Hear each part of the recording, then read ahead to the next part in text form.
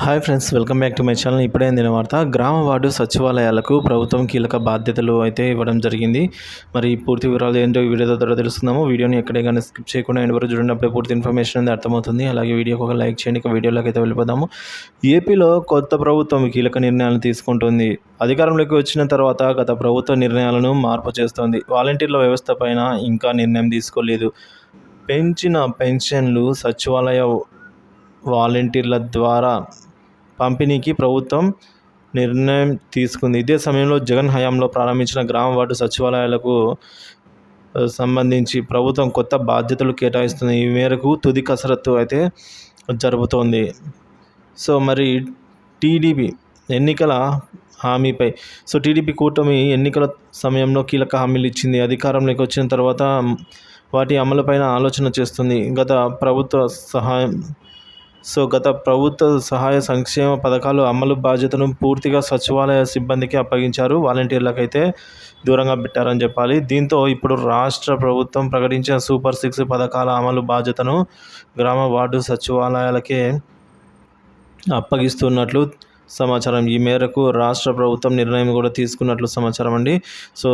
ప్రభుత్వం నుంచి అందిన ఆదేశాలతో అధికార యంత్రాంగం కూడా కసరత్తును ప్రారంభం చేసింది. ఒక్కో సచివాలయంలో ఇప్పటికే 10 నుంచి 12 మంది వరకు కార్యదర్శులు పనిచేస్తున్నారు. వారికే సూపర్ 6 పథకాల బాధ్యతలను కూడా అప్పగించనున్నారు. వీటితో పాటు ఉద్యోగ నియామకాలకు సంబంధించిన నిరుద్యోగులను గుర్తించే బాధ్యత కూడా సచివాలయాలకే అప్పగించాలని, లేదా దరఖాస్తు చేసుకున్న వారి వివరాలను పరిశీలించే బాధ్యతను వారికి అప్పగించే యోచన చేస్తూ ఉన్నారు.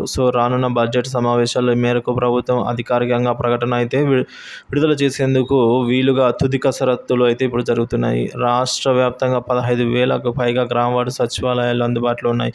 వీటి ద్వారా గత ప్రభుత్వం లబ్ధిదారుల ఎంపిక, ప్రభుత్వ పథకాల నిర్వహణ అమలు చేసేది. ప్రస్తుతం ప్రభుత్వంలోనూ వీటి ద్వారానే లబ్ధిదారుల ఎంపికను కొనసాగించడం, దీని ద్వారా వివాదాలకు అవకాశం లేకుండా చేయాలనైతే ఇప్పుడు ప్రభుత్వం ఆలోచిస్తుంది. ప్రభుత్వం అమలు చేసే పథకాలను ప్రభుత్వానికి చేరవేయడంలో ఈ విధంగా సచివాలయాలదే కీలక పాత్రగా మారే అవకాశం కనిపిస్తోంది.